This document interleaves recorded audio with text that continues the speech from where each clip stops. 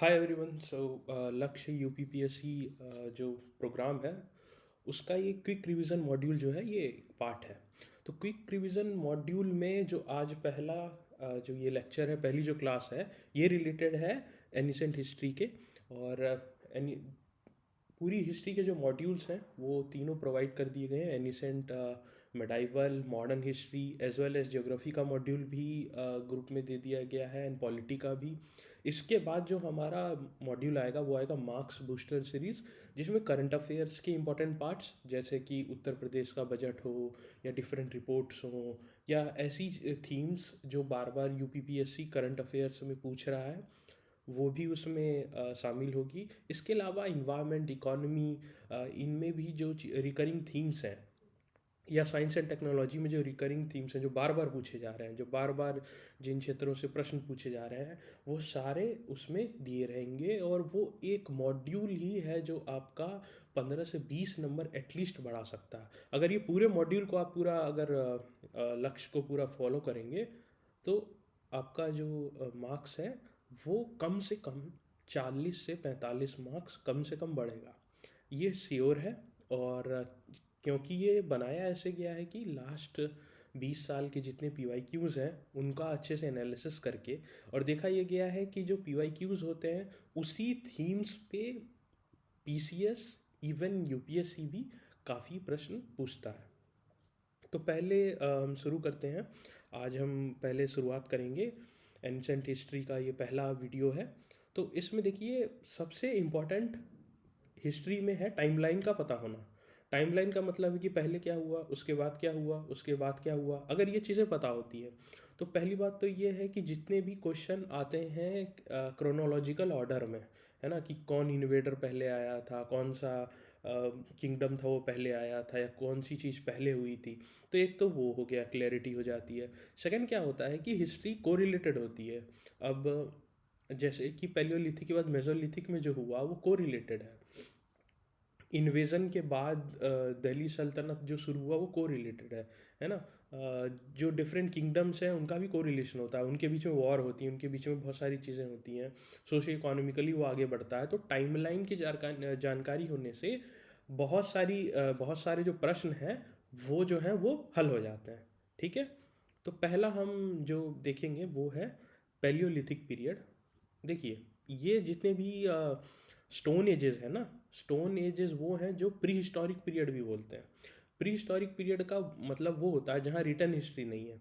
तो ये सारे ऐसे ही पीरियड्स हैं। तो पेलियोलिथिक का बहुत लंबा काल माना जाता है कि 2 मिलियन बिफोर सेंचुरी से, बिफोर क्राइस्ट से लेकर 10,000 बिफोर क्राइस्ट तक, है ना, या बिफोर कॉमन एरा, दोनों तरीके से इसको बोला जाता है कि पेलियोलिथिक पीरियड में ही फायर का, अग्नि का आविष्कार हुआ था, जो कि जिसने कि ह्यूमैनिटी जैसे जीती है उसको एकदम पूरा परिवर्तित कर दिया।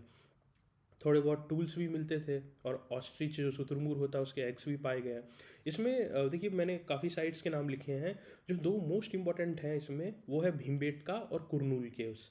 देखिए, भीमबेटका इसलिए इम्पॉर्टेंट है क्योंकि इसमें बहुत सारी प्री हिस्टोरिक पेंटिंग्स पाई गई हैं, जिसमें डिफरेंट जो काम करते हुए हमारे लोगों को दिखाया गया है, जैसे कि हंटिंग करते हुए, गैदरिंग करते हुए क्या वो करते थे, उन सब चीज़ों का जो जिक्र है वो भीमबेटका के केव्स में पाया गया है। और भीमबेटका के केव्स ऐसे केव्स हैं जिनमें कि काफ़ी टाइम तक, काफ़ी लंबे पीरियड तक उसमें उसके पेंटिंग दिखते हैं, यानी वो सर्वाइव किया है in different periods for thousands of years. Because of that Bhimbetka जो मध्य प्रदेश में है वो बहुत इंपॉर्टेंट है। फिर कृष्णा गोदावरी जो बेसिन है उसके बगल में कुरनूल केव्स हैं, उधर भी काफ़ी पैलियोलिथिक साइट्स पाए गए हैं। ना तो सेकेंड जो टाइम पीरियड आता हुआ था मेजोलिथिक पीरियड। देखिए, मेसोलिथिक पीरियड जो था वो 10,000 जो हमारा बिफोर क्राइस्ट से लेकर 8,000 बिफोर क्राइस्ट तक है। इसमें क्या होता है, बहुत सारे क्लाइमेटिक चेंजेस होते हैं। जो पर्यावरण है जो हमारा, वो काफ़ी हद तक चेंज हो जाता है उसमें। और जब वो चेंज होगा तो हमारे जो इकोनॉमिक एक्टिविटीज़ हैं, हमारे जो सोशियो इकोनॉमिक एक्टिविटीज़ हैं, उनमें काफ़ी बदलाव आता है मेसोलिथिक पीरियड में। इसी टाइम पे हम जो है पशुओं को, जानवरों को पालना शुरू कर देते हैं। तो डोमेस्टिकेशन कब स्टार्ट होता है, वो मेसोलिथिक पीरियड में स्टार्ट होता है। बहुत सारे माइक्रोलिथ, यानी जो स्टोन्स होते हैं उनसे छोटे छोटे टूल्स बनाए जाते थे, उनको माइक्रोलिथ बोला जाता है। वो फाउंड हुए कहाँ पे?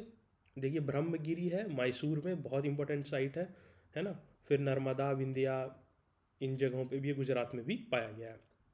फिर एक बहुत ज़्यादा इंपॉर्टेंट पीरियड है जिसको बोला जाता है नियोलिथिक पीरियड, और ये करीब 4000 साल तक चला, 8000 बीसी से लेकर 4000 बीसी तक।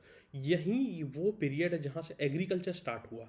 उससे पहले का जितना टाइम पीरियड है उसमें हंटर गैदरर है ना, हम या तो हंटिंग कर रहे हैं या गैदरिंग कर रहे हैं।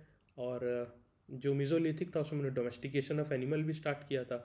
But it is Neolithic period जहाँ से कि हमारा एग्रीकल्चर यानी खेती स्टार्ट हुई। जब एग्रीकल्चर स्टार्ट होगी तो क्या होगा, सेटलमेंट होने लगेंगे, एक जगह आदमी टिक कर रहने लगेगा। जब एक जगह आदमी टिक कर रहने लगेगा तो सिविलाइजेशन जो है वो एक अलग लेवल पे चली जाएगी।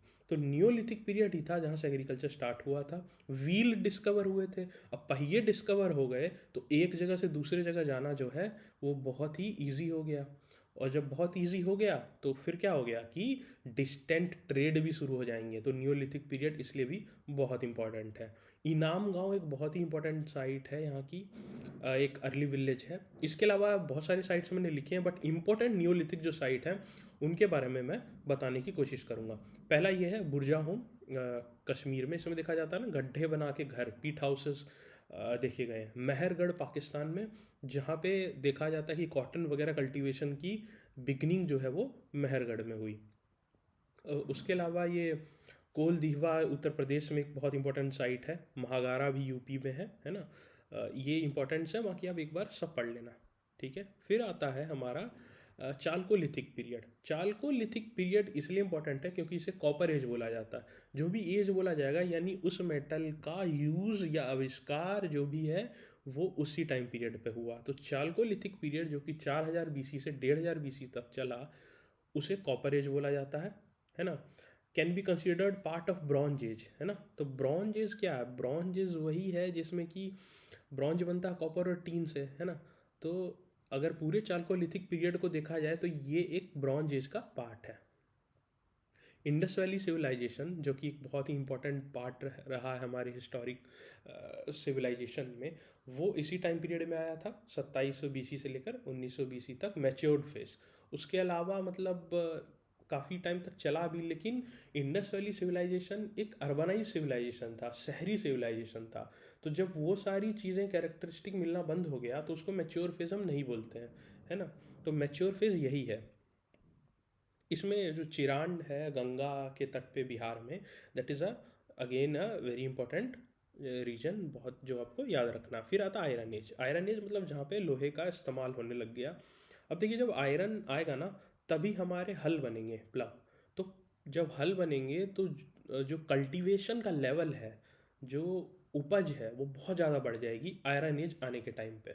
तो आयरन एज में जैसी उपज बढ़ेगी तो उपज बढ़ने के कारण क्या होगा, प्रॉस्पेरिटी बढ़ेगी। तो प्रॉस्पेरिटी बढ़ेगी तो यहाँ से ही स्टेट का निर्माण जो है, राजा का निर्माण जो है या जनपद का निर्माण जो है वो स्टार्ट हो जाए, क्योंकि टैक्सेस भी आने लगेंगे, फिर सेना बन जाएगी, है ना। तो ये आयरन एज ही है जहाँ पे, जिसको कि वैदिक काल भी बोला जाता है, क्योंकि माना जाता है कि एज ऑफ आर्यंस है, जो आर्यंस थे, जिन्होंने जो वैदिक बुक्स हैं हमारे उनको कंपोज किया था। मतलब बोला जाता है कि देखिए वेदा जो है श्रुति का पार्ट है। हो सकता है कि उन्हें लिखा बाद में गया हो, लेकिन इसी टाइम पे वो उनका निर्माण हुआ था। और जैनिज़्म एंड बुद्धिज़्म भी इसी टाइम पीरियड में आपको दिखने को मिलता है। अब इसी टाइम पे महाजनपदा होते हैं, यानी बहुत सारे सिविलाइजेशन जो कि गंगा और सिंधु इन सब के तट पे जो हमारे हैं वो पाए जाते हैं, जो कि काफ़ी इम्पोर्टेंट हैं। और इसमें मैंने पूरी लिस्ट दी है, बट जो बहुत इंपॉर्टेंट है वो मैंने आपको बता देता हूँ। जैसे कि जो भी उत्तर प्रदेश में, जैसे कोशाला जिसकी राजधानी श्रावस्ती थी, वो बहुत इंपॉर्टेंट है ना। वत्सा या जिसको वमशा बोलते थे, जिसकी राजधानी कौशाम्बी थी, वो बहुत इंपॉर्टेंट है। कुरु जिसका कैपिटल इंद्रप्रस्थ है, वो बहुत इंपॉर्टेंट है। काशी, है ना। और फिर अवंती जिसका कैपिटल उज्जैन था, वो भी बहुत इंपॉर्टेंट है। ये जिसको उज्जैन को पहले माहिष्मती बोला जाता था। फिर सूरसेना है जिसकी कैपिटल मथुरा थी, ये भी बहुत इंपॉर्टेंट है। बाकी आप सारे साइट को एक बार पढ़ लेना, ठीक है। उसके बाद डायनेस्टी जो आती हैं उनमें सबसे जो प्रोमिनेंट होता है वो मगध होता है। अब मगध के प्रोमिनेंस मानने के बहुत सारे रीज़न है। एक तो क्या है, वहाँ पे देखिए आयरन एज था, तो आयरन और माइंस थे मगध रीजन में। जंगल थे तो पेड़ भी काफ़ी मिल जाते थे, एलिफेंट्स थे। अब इन सब के कारण क्या होता था कि उनके पास जो है इकोनॉमिकली वो बहुत मजबूत हो गए, और प्लस वो गंगा नदी के तट पे वो पूरा था, तो दे हैड द एडवांटेज कि वो कॉमर्स या ट्रेड भी आराम से कर सकते थे। इन सब चीज़ों के कारण जो उनको एडवांटेज था मगध को, इसके कारण the prosperity of Magadh region increased many fold, बहुत प्रॉस्पेरिटी बढ़ी इसमें। तो इसमें बहुत सारे लोग आते हैं मगध में, जिसमें कि Ajatashatru the part of Bimbisara, Ajatashatru. अब अजातशत्रु इसलिए इम्पोर्टेंट है क्योंकि वही बंदा था जिसने जो बुद्ध के महापरिनिर्वाण के बाद जितने जो उनका अवशेष था उसे स्तूप बनाने का जो कार्य है वो अजातशत्रु ने किया था, इसलिए अजातशत्रु इज़ वेरी इंपॉर्टेंट। उसके बाद शिशुनाग डायनेस्टी आती है जिसमें काल अशोक एक प्रोमिनेंट रूलर है। फिर नंद अम्पायर आता। नंद इम्पोर्टेंट इसलिए है क्योंकि इसमें एक तो देखिए जो सिकंदर था अलेक्जेंडर द ग्रेट, वो धनानंद को देख के रुक गया था, क्योंकि जब उसकी लड़ाई पोरस से हुई थी, तो पोरस से होने के जिसे बैटल ऑफ हिडेस्पस बोलते हैं, तो पोरस से लड़ाई होने में उसे बहुत क्षति मिली थी क्योंकि उसके पास बहुत सारे एलिफेंट्स थे। तो फिर जब he was on the bank, वो रिवर पे था कि अब आगे बढ़े कि नहीं बढ़े, तो उसको उसके मंत्रियों ने बोला कि आगे जो राजा है उसका नाम धनानंद है, और धनानंद के पास जितने पोरस के पास हाथी हैं उससे काफ़ी ज़्यादा गुना हाथी धनानंद के पास है। तो वो सिर्फ सुन के ही सिकंदर आगे नहीं बढ़ा। तो एक तो वो है, और महापद्मनंद बहुत एक्सपेंशन किया, बहुत ही पावरफुल किंग थे। लेकिन नंद वंश के ही राजा जो थे वो बहुत ज़्यादा धीरे धीरे क्रूर होने लगे थे, और उसी टाइम पे चाणक्य आते हैं, और चाणक्य कैसे करके जो है नंद वंश की समाप्ति होती है और एक राजा बनाते हैं जिसका नाम होता है, आप लोग सब जानते हैं, चंद्रगुप्त मौर्य। तभी आता मौर्यन एम्पायर 321 से 185 BC बोला जाता है कि ये इसका हेडे है ना। सबसे पहले चंद्रगुप्त मौर्य आते हैं जिनको संस्थापक माना जाता है मौर्यन डेंसिटी का, और चाणक्य इनके स्ट्रेटजिस्ट होते हैं। फिर बिंदुसार आते हैं। बिंदुसार के टाइम पे बोला जाता है ना कि काफ़ी एक्सपेंड हो गया था भारत। उसके बाद सिर्फ कलिंग का रीजन है जो अशोक ने जोड़ा, वरना जो जितना बड़ा इंडिया एक्सपेंशन हुआ है वो बिंदुसार के टाइम पे हुआ है काफ़ी, है ना। डेक्कन रीजन तक उनका जो एक्सपेंशन है बिंदुसार ने मौर्यन डायनेस्टी का किया। उसके बाद अशोका द ग्रेट आते हैं। महान क्यों बोले जाता है इसकी रीज़न मैं बाद में बताऊंगा। जो शुरुआत अशोक की हुई है वो बिल्कुल भी अशोक की शुरुआत ऐसे नहीं हुई है कि वो बहुत ही शांत या पीसफुल आदमी थे, ऐसा नहीं था। He was very very cruel, बहुत क्रूर थे। बहुत सारी स्टोरीज में ये माना जाता है कि उन्होंने अपने 99 ब्रदर्स की हत्या की थी, है ना। और बहुत ज़्यादा मतलब जो शासन को पाने के लिए उनकी जो महत्वाकांक्षा थी वो बहुत ज़्यादा थी, है ना। और जब किंग भी बनने के बाद भी कलिंग वॉर में करीब लाख लोगों की मृत्यु होती है। उसके बाद जो अशोका है उसका जो है हृदय परिवर्तन होता है कि हमें अगर किसी पे रूल करना है तो ज़रूरी नहीं हो स्वॉर्ड से करें, स्वॉर्ड की जगह हम धम्मा से करेंगे। धम्मा का मतलब क्या है, एक डॉक्ट्रिन जिसमें कि हर तरह के लोगों का, हर तरह के व्यक्तियों का सम्मान हो, चाहे बूढ़ा हो, चाहे बुजुर्ग हो, चाहे गरीब हो, चाहे अमीर हो, चाहे कोई भी धर्म को मानता हो, चाहे कोई भी जाति का हो, चाहे कोई भी कल्चर का हो, हर का सम्मान हो, बड़ा हो, बुजुर्ग हो, बूढ़ा हो, कोई भी हो, है ना। और इतने ज़्यादा जो आडंबर हैं, कुरीति हैं, इन पे खर्चा ना करके ट्रू सेरेमोनियल्स क्या है, दूसरों की मदद करना। तो ये नहीं कि शादी विवाह में जो बहुत ज़्यादा पैसे लुटाए जाते हैं या फिर मरने पे जो सेरेमनीज होती हैं उन सब को अशोक जो है कम करना चाहते थे। तो इस वजह से इन सब चीज़ों के धम्मा के बारे में बहुत सारे उन्होंने एडिक्ट्स बनाए भारत में जहाँ पे लिखा गया है।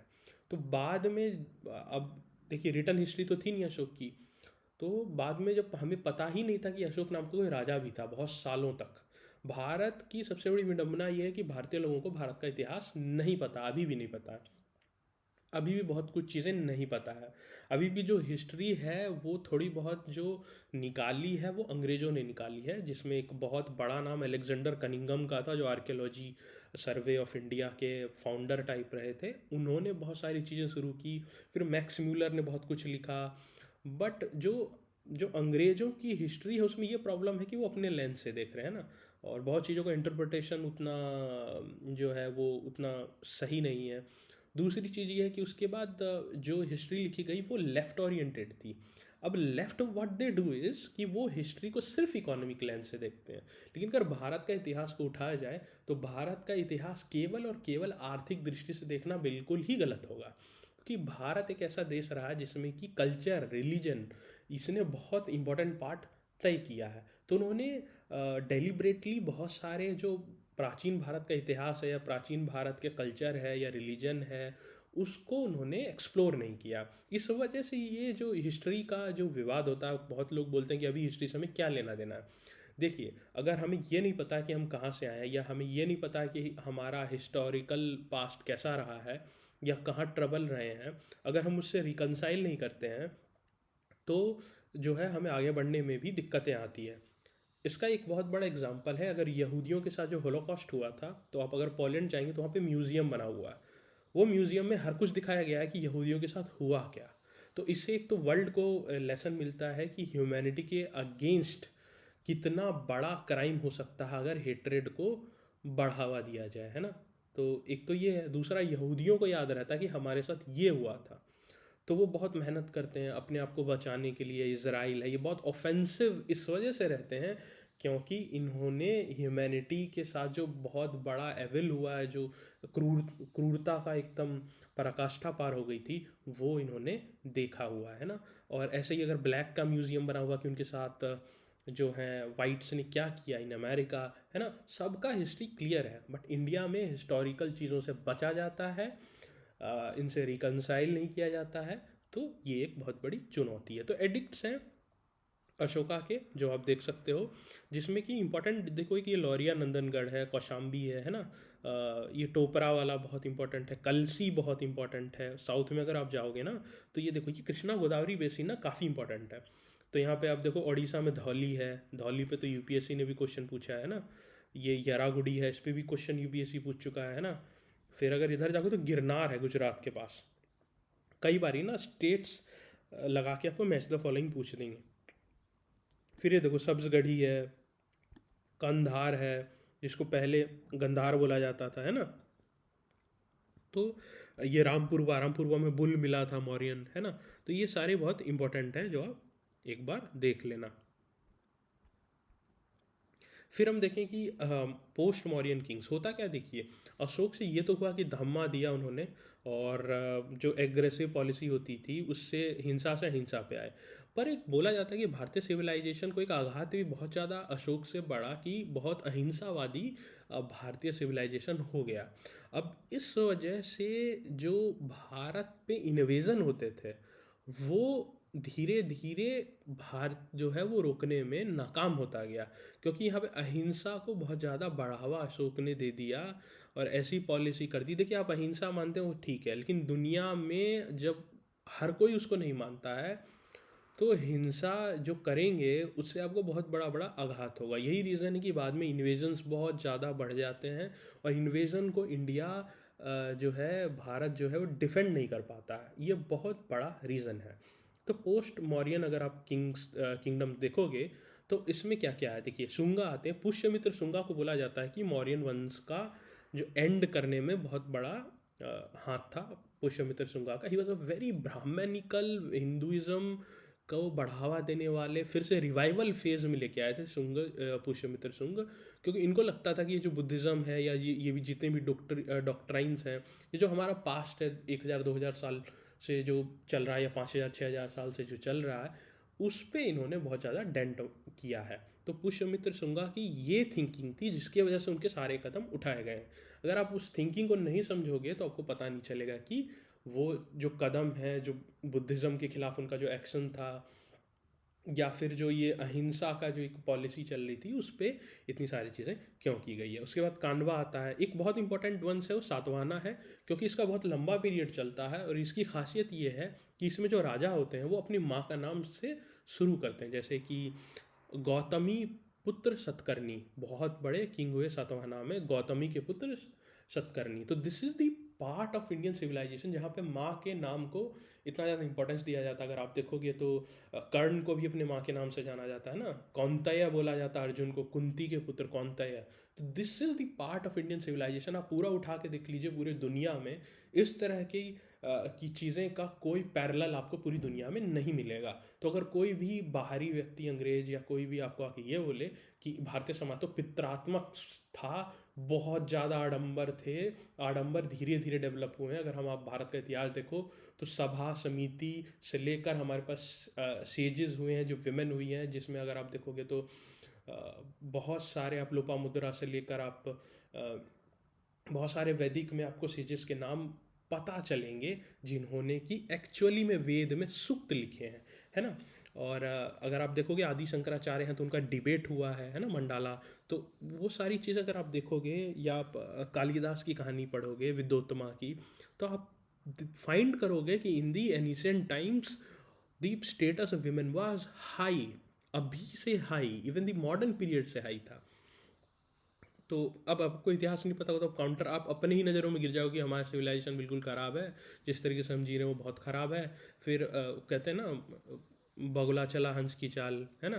तो फिर वो दूसरे को इमिटेट करोगे तो ना आप खुद रहोगे ना आप आगे बढ़ पाओगे, है ना। अब ये देखिए इन्वेजन कैसे हुए। देखिए इंडो ग्रीक आते हैं पहले, इंडो ग्रीक के बाद शाका आता है, उसके बाद कुषाण आता है। तो याद रखना है, ये क्वेश्चन पूछा भी गया कि इंडो ग्रीक पहले है, शाका बाद में है, उससे बाद में कुषाण है ना। तो अब देखिए ये जितना भी इन्वेजन होता है ना, उससे कल्चरली तो काफ़ी चीज़ें नई आ जाती हैं ना, काफ़ी चीज़ें नई ऐड हो जाती हैं।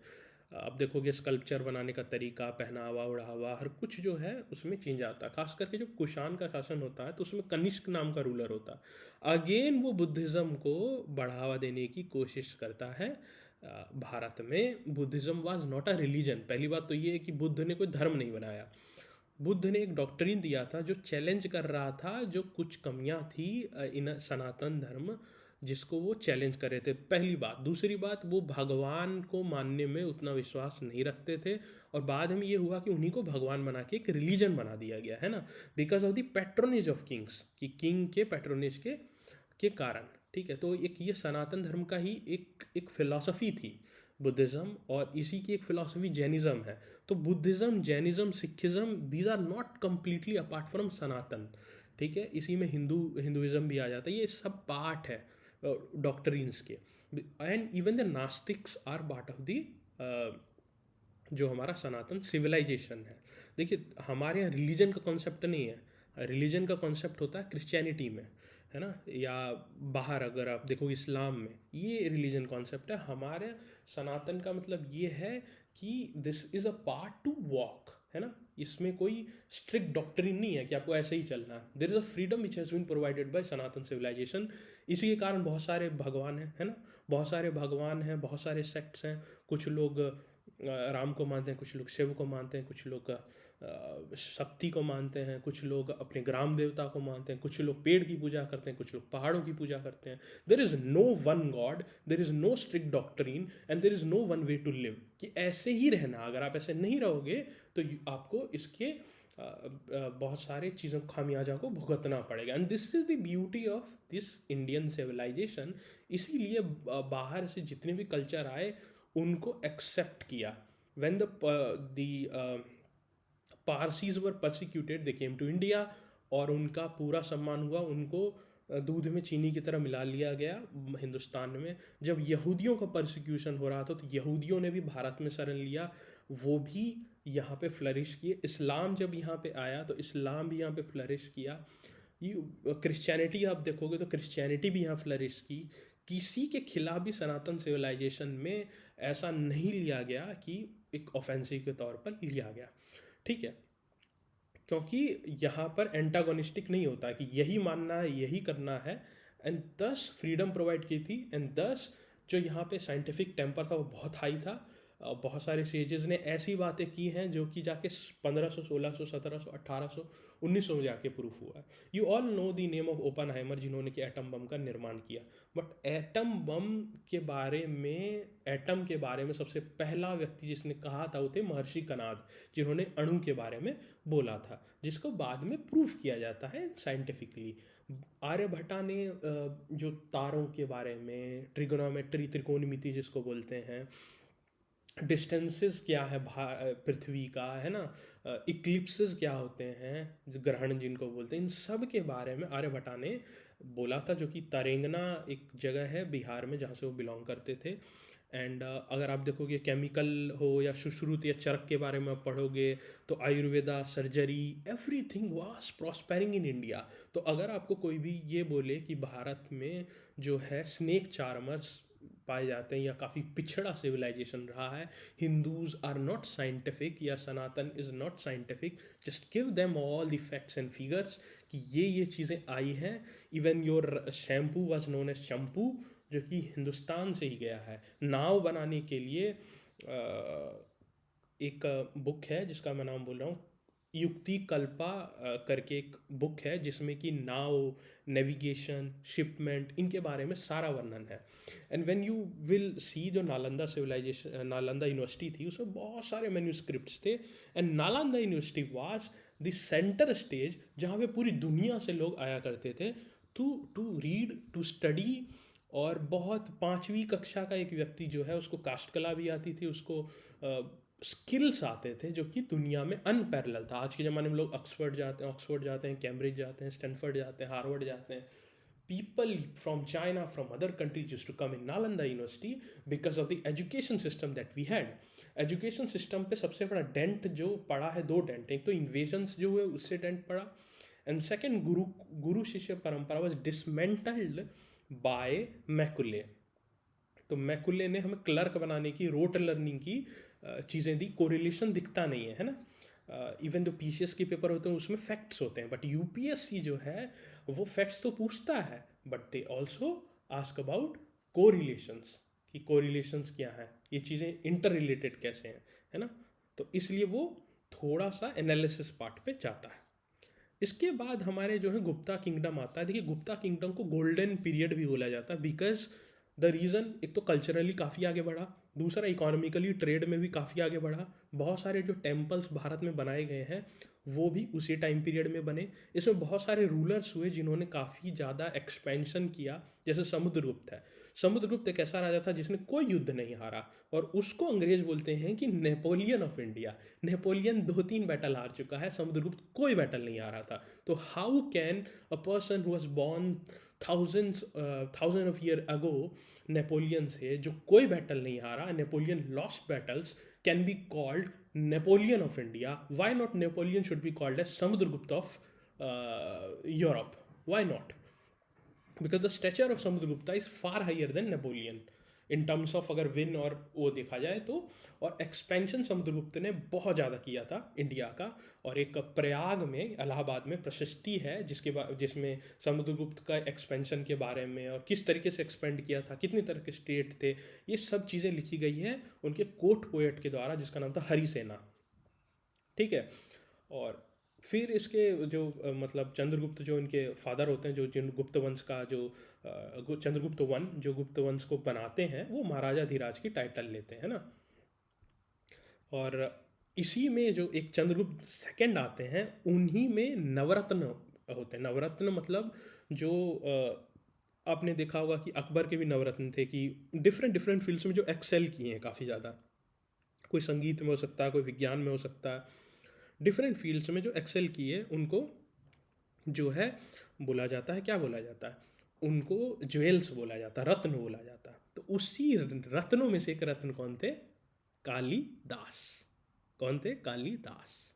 यही वो टाइम पीरियड है जिसमें वात्स्यायन से लेकर कालिदास से लेकर बहुत बड़े बड़े ग्रंथों, बहुत बड़े बड़े काव्य, महाकाव्य, इन सब की रचना जो है एक इसी टाइम पीरियड में हुई। तो culturally it is the epitome, एक बहुत हायर लेवल पे पहुंचा। इसीलिए भारत को सोने की चिड़िया जो है गुप्त शासन काल में बोला जाता है। लेकिन जितने ये मजबूत राजा थे, धीरे धीरे जो राजा है वो बहुत कमज़ोर हुए और इंडिया जो है उसमें बहुत सारे फ्यूडल लॉर्ड, छोटे छोटे लॉर्ड होते हैं, वो अपना छोटा छोटा किंगडम बनाने लगते हैं। इसके बाद में यहीं से हिंदुस्तान कमज़ोर होने लगता है। तो एक बहुत बड़ी डिबेट हुई थी, बहुत बड़े भारत के नेता हैं, उन्होंने बोला था कि भारत देश नहीं था, है ना, राष्ट्र का मतलब देश नहीं होता। तो उनको पहले तो पूरा इतिहास भारत का पढ़ाना चाहिए कि जम्बू द्वीप से लेकर आर्यवत से लेकर और मौर्यन काल में भारत जो हिंदुस्तान जो था वो आज के हिंदुस्तान से काफ़ी बड़ा था। फ्रॉम द कांधास टू दी म्यांमार रीजन से लेकर कहाँ तक कितना एक्सपेंडेड था। तो जो अब इंडिया उससे काफ़ी बड़ा था इंडिया। एंड ये तो फ्यूडल लॉर्ड से जो अपना बीच बीच में किंगडम बनाते रहते थे, है ना, तोड़ तोड़ के बनाते रहते थे। So the lands between Indus and Ganges was always a one राष्ट्र, है ना। इवन जब महाजनपदा भी थे तो वो भी एक साथ बैठ के उनका डिबेट एंड डिस्कशन होता था। अगर आपने हमारे महाभारत देखी होगी तो सारे महाजनपदा वाले एक साथ बैठते हैं। एंड इसमें कुरु जो होता है वो सबसे पावरफुल होता है, जो आपने देखा होगा, जिसमें भीष्म पितामह वगैरह ये सब चीज़ें जो हैं ये वर्णन है। तो ये कहना कि भारत राष्ट्र नहीं था, ये वही लोग बोलते हैं जिन्होंने इतिहास पढ़ा नहीं है, या वो इतिहास पढ़ते हैं जो अंग्रेजों ने लिखा है ना, या वो इतिहास पढ़ते हैं जो लेफ्ट के लोगों ने लिखा, जिन्होंने कल्चर एंड रिलीजन को जरा सा भी इंपॉर्टेंस नहीं दिया, and just they focused on economy. For them the temple was only a trade centre, है ना, कि जो मंदिर था वो ट्रेड सेंटर था। तो plundering and demolition of temple was only based on economy, जो कि एकदम ही रिडक्शनिस्ट अप्रोच है। मार्क्स को रिडक्शनिस्ट क्यों बोला जाता है? क्योंकि वो हर चीज़ में सिर्फ एक उनका लीनियर थ्योरी है, उसी थ्योरी पे वो पूरा का पूरा बोलते हैं यूटोपियन तरीके से कि आगे ऐसे सोसाइटी इवॉल्व करेगी। तो आपने एक नया रिलीजन बना दिया ना, आपने एक नया धर्म बना दिया जिसमें एक डॉक्ट्रिन आपने दे दी, वो डॉक्ट्रिन अनचेंजेबल है और उस पर आपका स्ट्रिक्ट एडहेरेंस है, ना इससे इधर जा सकते हो ना इससे उधर जा सकते हो। जब ऑर्थोडॉक्सी आ जाती है तो चीज़ें साइंटिफिक नहीं रहती हैं, वो एक न्यू रिलीजन बन जाता है। That's why communism became a new religion. It no longer is a doctrine which is giving space to the people, and that's why communism काफ़ी वायलेंट हो जा रहा है। अगर आप नक्सलिज्म इंडिया में देखो, या माओ ने जो कल्चरल रिवॉल्यूशन किया, या स्टालिन का जो एग्रेसिव वायलेंस था, या जो बंगाल में वायलेंस हुए, this is the sole reason कि communism becomes violent, because they believe this is the truth. And ये जो फॉल्स कॉन्शियसनेस जो इसे इतर सोच रहा है वो झूठ सोच रहा है, वो फॉल्स है, वो फॉल्सिफिकेशन है। जब आपकी सोच इस तरीके से हो जाती है तो आप एंटागोनिस्टिक हो जाते हो। when there is an antagonism in class, then what happens is आप दूसरे के मत, दूसरे के सोच के विरोध में खड़े हो जाते हो, और वहीं से वायलेंस की शुरुआत होती है। सनातन सिविलाइजेशन वाज पीसफुल सिविलाइजेशन, क्योंकि उसमें लोगों को स्पेस दिया गया था, फ्रीडम दी गई थी कि यही नहीं करना, आपको यही नहीं करना। तो जाति वर्ण व्यवस्था भी खुली व्यवस्था थी, जो बाद में जाके धीरे धीरे रिजिड होते जाती, जैसे भारतीय सिविलाइजेशन का पतन होता जाता है, धीरे धीरे औरत की स्थिति खराब होती जाती है, जैसे जैसे इन्वेजन होता जाता है। तो शुरुआत सनातन का जो डेटोरिएशन है, वो डेटोरिएशन कैरीड फॉरवर्ड होता रहा, होता रहा, होता रहा, होता रहा, होता रहा, अंटिल भक्ति सेन थोड़ा रिवाइवल करते हैं। There is a great king of India जो छत्रपति शिवाजी, जो थोड़ा रिवाइवल करते हैं। एंड देन स्वामी विवेकानंद जो पूरी दुनिया में जाकर बताते हैं कि सनातन क्या है। We are not snake charmers, we are not mysterious people, we are the people who had invented a lot of things which world is using now. We are the ones who are the most liberals. You say about liberalism, what is more liberal than the civilization जहाँ पे एक नास्तिक व्यक्ति को भी एक importance दी जाती है, उससे लिबरल कोई और चीज़, कोई और डॉक्ट्रिन हो ही नहीं सकता है ना। So don't teach us about liberalism, liberal idea क्या होता है, वीमेन एम्पावरमेंट क्या होता है। We have people who had done a lot of things, and we are the ones who worship a female god. You do not worship the female god. Give me a president जहाँ पे आपका एक female God है, आप माँ को भगवान मानते हैं, आप मुझे दे दीजिए एक भी प्रेसिडेंस या एक भी किंग आप बता दीजिए who is known with the name of his mother. So ये सारी चीज़ें आपको इसलिए पता होना बहुत ज़रूरी है। तो आर्यभट्टा भी जो है वो हमारे चंद्रगुप्त सेकंड के टाइम में पीरियड में होते हैं। फिर पोस्ट गुप्ता आते हैं। मैंने कहा ना बहुत सारी चीज़ें टूट जाती हैं। फिर इसमें हर्षा है, हर्षवर्धन राजा जो हुए, जो थोड़े प्रोमिनेंट थे। कन्नौज जो है ना, वहाँ पे उनका मेन सेंटर था, है ना। और उसके अलावा अगर आप देखोगे तो फिर वकातक हैं, पल्लवा हैं, चालुक्या हैं, है ना, मैत्रका हैं, सेना है, सेना वे ना बंगाल के तरफ है ना, और ये जो पल्लवा चालुक्य ये सब दक्कन की पठार के तरफ है ना। तो ऐसे बहुत टुकड़ों में बढ़ जाता है, यहाँ से कमज़ोर। आप देखो यहाँ मैं दिखा देता हूँ, ये चालुक्य का रीजन है, ये कन्नौज है, ये देखिए अपना उत्तर प्रदेश है ना, उधर कन्नौज हुआ। ये कामरूप है असम में, कामाख्या टेम्पल जहाँ पे है ना। और देखो बहुत सारे छोटे भागों में ये बढ़ता जाएगा। ये देखिए वल्लभी है, ये गुजरात में हुआ है ना। तो ऐसे ही फिर यहाँ देखिए बाना है ना, उधर जाइए बंगाल में तो सेना है ना। तो ये पांड्यास, पल्लवास, चेरास, तो ये एक तरीके का मैप हो जाता है। अब देखिए इसमें मैंने एक और चीज़ बोली है कि इंपॉर्टेंट इंडस वैली साइट्स कौन कौन सी हैं। तो इंपॉर्टेंट तो मैं इसलिए बोल रहा हूँ कि आपको एक थोड़ा आइडिया हो। अभी पूछा था सबसे ईस्टर्न मोस्ट कौन सा, तो आलमगीरपुर है उत्तर प्रदेश में। सबसे पूर्वी कौन है, ये है। हो सकता है सबसे पश्चिमी पूछें तो आपको ये पता होना चाहिए कि सबसे पश्चिमी ये है ना। तो ऐसे ही आपको थोड़ा सा एनालिसिस कर लीजिए, कौन सा ऊपर है, कौन सा नीचे, कौन सा किस रीजन में है, कौन सा यूपी में है ना। उत्तर प्रदेश में कौन कौन सी साइट्स हैं। तो यूपीपीएससी का पेपर है तो यूपी से तो पूछेंगे ही है ना।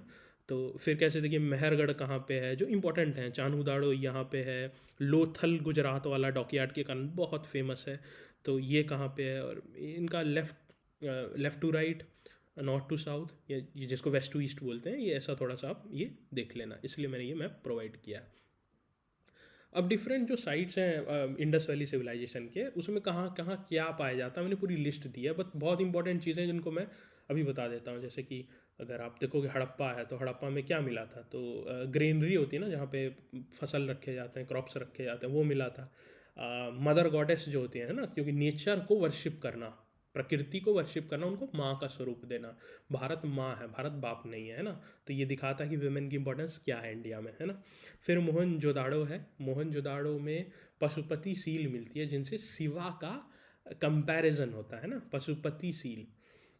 ग्रेट बाथ भी मिलता है, जिनको माना जाता है कि एक रिचुअल इंपॉर्टेंस हुआ होगा। ग्रेट ग्रैनरी मिलती है, और एक प्राइस्ड किंग जैसा, मतलब वो एक स्टैच्यू मिलता है जो थोड़ा सा लगता है प्राइस्ड जैसा, थोड़ा सा लगता है किंग जैसा, और उसका एक स्टैच्यू मिलता है। तो कन्फ्यूज़न है कि क्या ये राजा थे या क्या ये पुजारी थे, तो इसमें कन्फ्यूज़न होता है। तो वो भी आप याद रखना। कालीबंगन इसलिए फेमस है क्योंकि यहाँ पे फायर अल्तार मिलता है ना।